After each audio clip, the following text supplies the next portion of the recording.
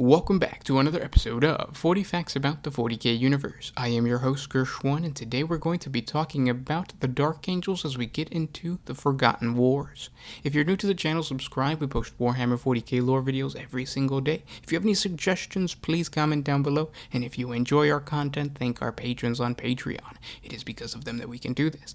Link in the description if you guys want to support us. But with that said, let's get into 40 facts on the Forgotten Wars. The Forgotten Wars are a series of military campaigns led by the Dark Angels chapter to track down and kill multiple fallen angels, sometimes referred to as the Fallen. This band consists of the renegade Space Marines that betrayed the Primarch Lionel Johnson and split off from the original Dark Angels Legion right after the Horus Heresy.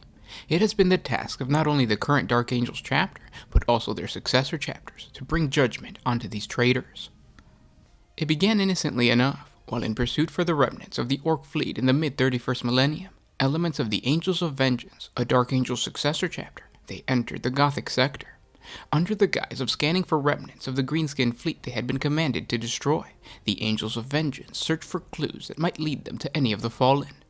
This was standard procedure for all the Unforgiven chapters, to pursue their secret goal, while at the same time following mission edicts as passed down by the High Lords of Terra. Gathering long-range scans and widely collected reports, the Angels of Vengeance strike cruiser uncovered nothing. That was until an encrypted signal was beamed from the mining world of Lemnos. Once decoded, the message described exactly what the Unforgiven were seeking. The world of Lemnos was embroiled in a bitter war over mining rights, a battle of greed rather than ideology. As imperial tides were being met, there were no orders to intervene, and the matter was left to the planetary governor to handle. Rival noble factions were using private armies to enforce their ownership over the richest veins of mineral wealth. It was these battles that the signal spoke of. The mysterious message was sent in one of the older battle codes used by the Dark Angels and provided just the kind of clue that fit the modus operandi of one of the Fallen. According to the message, the leader of one of the mercenary warbands fighting on Lemnos was turning the tides of battle.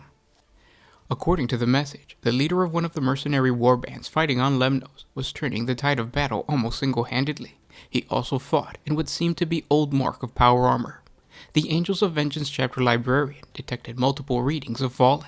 The original target, a towering man known as the Mauler, had raised these alarms with superhuman feats of strength in battle. When subjected to remote psychic probes by the Angels of Vengeance librarian, the telltale signs of someone bearing the Dark Angel's gene seed appeared. Terminators from the Angels of Vengeance First Company were sent in to apprehend him. There were, however, other readings picked up within the vicinity. One of these signals flickered, a phenomenon associated with warp storms, although none were reported at that time. This was the first recorded encounter with the unique signal that would later be associated with Cypher.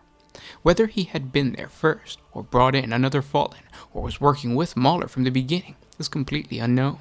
The strike team was successful in capturing the Mauler, although in doing so, they sustained high casualties. Luckily for the Angels of Vengeance, the Rock was in an adjoining sector. It was not long before the Mauler was secured in their deep dungeons.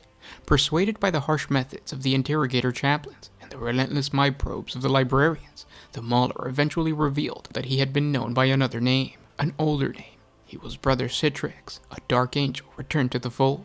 Before finally recanting and being relieved of the burden of life, Citrix revealed more. He named a dozen of the Fallen that he had seen in the sector.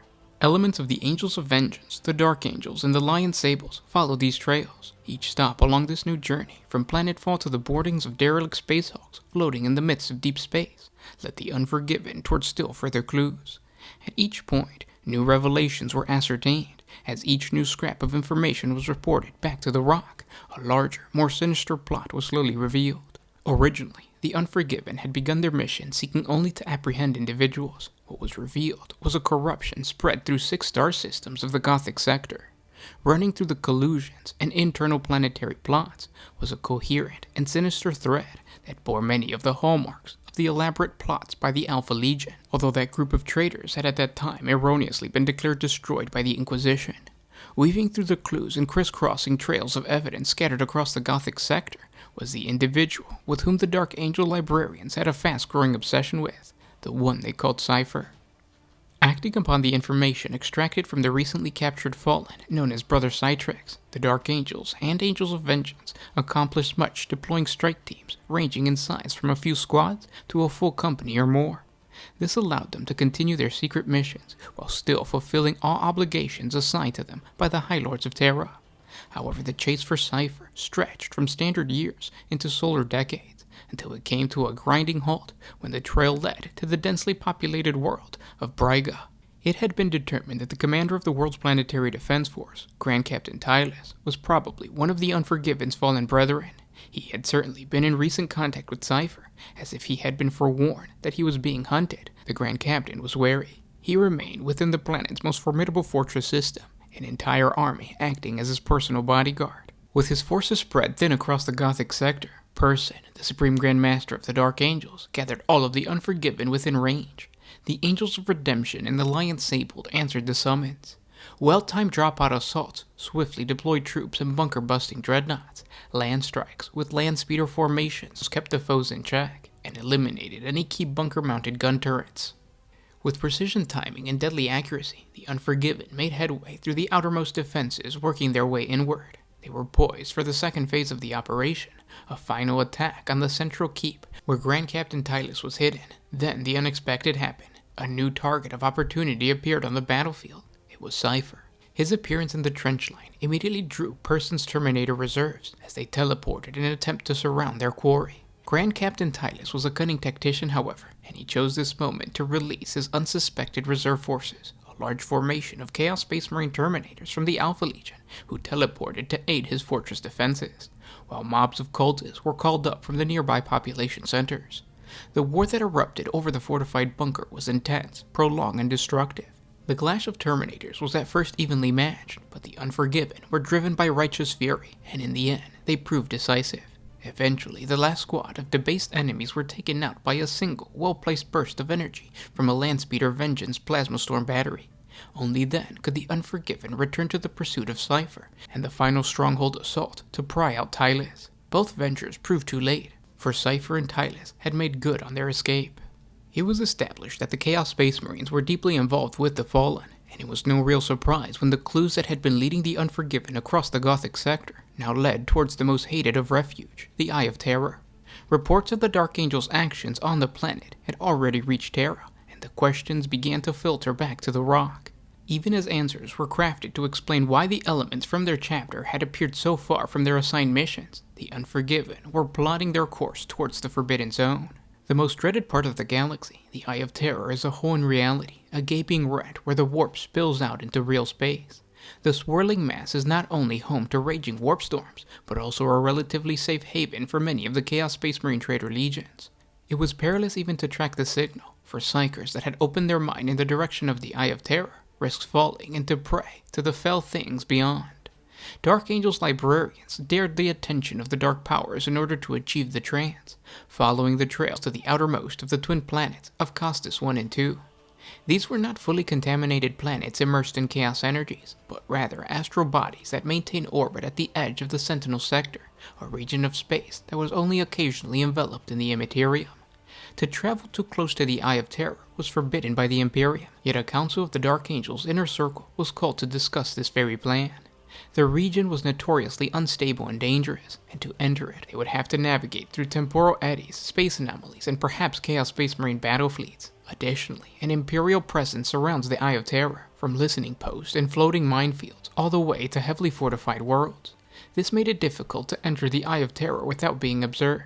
After the actions on Briga, several Inquisitors had already been dispatched to look into the reported presence of the despised Alpha Legion. The Unforgiven chapter could ill afford to draw further attention to themselves. All of the Dark Angel's successors had inherited their Primarch's legendary tenacity, however, so they did not back away from the ever-growing challenges. The Supreme Grand Master, Person, agreed to send a task force to the very edge of the Eye of Terror. The Unforgiven sent a single strike cruiser, the Lion Sable's Fury of Caliban, into the swirling mist. It carried companies gathered from the Dark Angels, the Angels of Vengeance, the Angels of Redemption, and the Lion Sable. At first, all went well. They successfully ran the gauntlet of warp storms and emerged in real space to bypass all Imperial stations.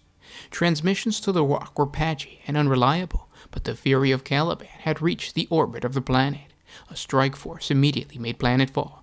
So close to the Eye of Terror, all the readings and range scannings were corrupted, and communications faded in and out. not knowing what to expect on a world that had so often been encompassed within the swirling madness of the Eye of Terror. The first drop team was to probe the site of the last signal emission.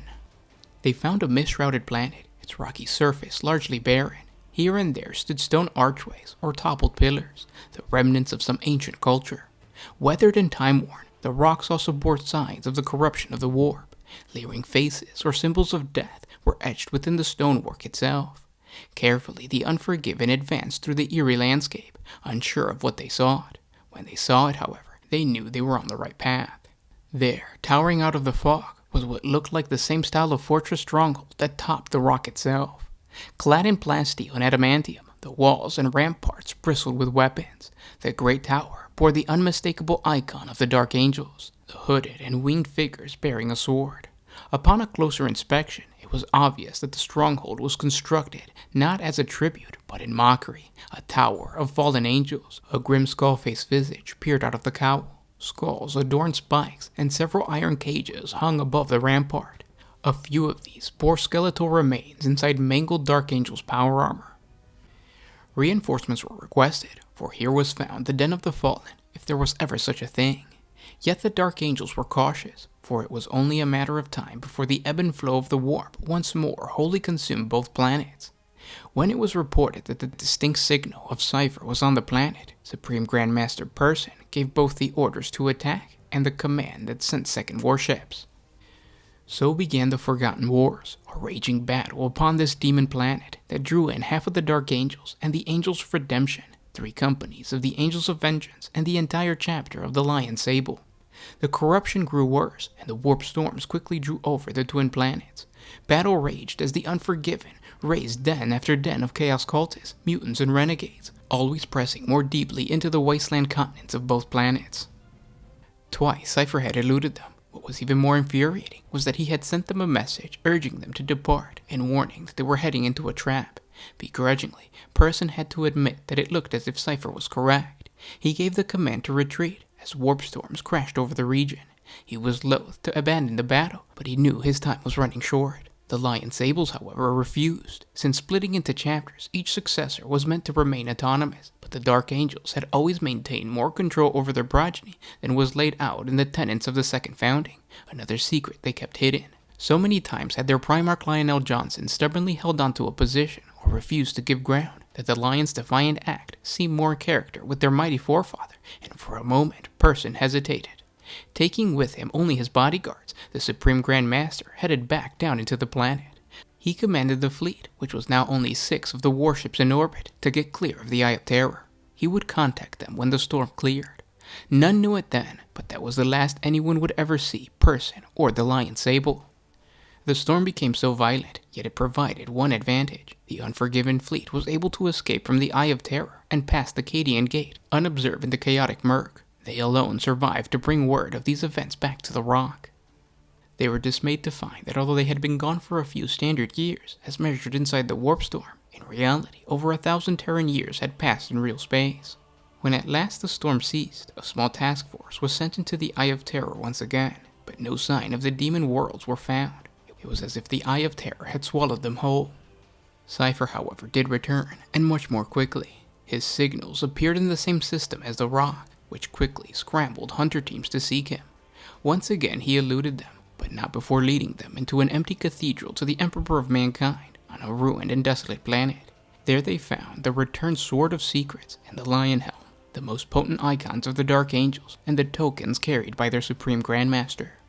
Whether trap or test, the Unforgiven chapter suffered serious losses on these planets, and those events were to have profound effect upon the Sons of the Lion. To cover up their immediate losses after their warriors were thought to be lost in the warp, the resources of the recruiting worlds of the Lion Sables were usurped to replenish the Angels of Vengeance and the Angels of Retribution.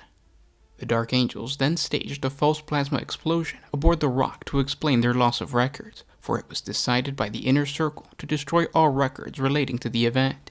In this, they were greatly aided by the distraction caused by the largest orc invasion recorded in the Imperium, and the political upheavals of the beheading, when assassins struck at the High Lords of Terra.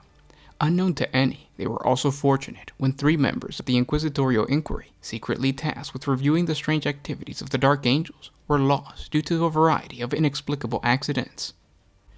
As for the survivors of the Forgotten Wars that eventually returned, they were spread out amongst the Unforgiven chapters, so their sudden influx would not be noted. For the rest of their lives, each one was closely monitored by the company chaplains to ensure that the prolonged warp exposure had not contaminated them in any way.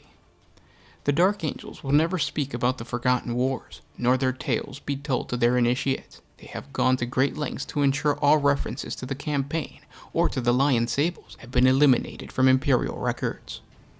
And those were 40 facts on the Forgotten Wars. I hope you guys enjoyed this video. Thank you for listening, and thank our patrons on Patreon. It is because of them that we can do this. The link is going to be in the description if you guys want to support us. And if you have any suggestions for any other topics, please comment down below. And also if you have any questions about the Forgotten Wars or the Dark Angels or Cypher, please ask it in the comment section below. I will be down there answering questions.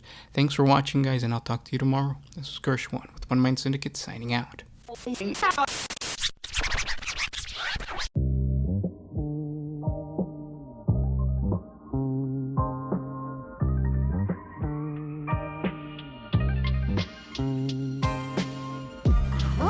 used to put my freedom first in any situation.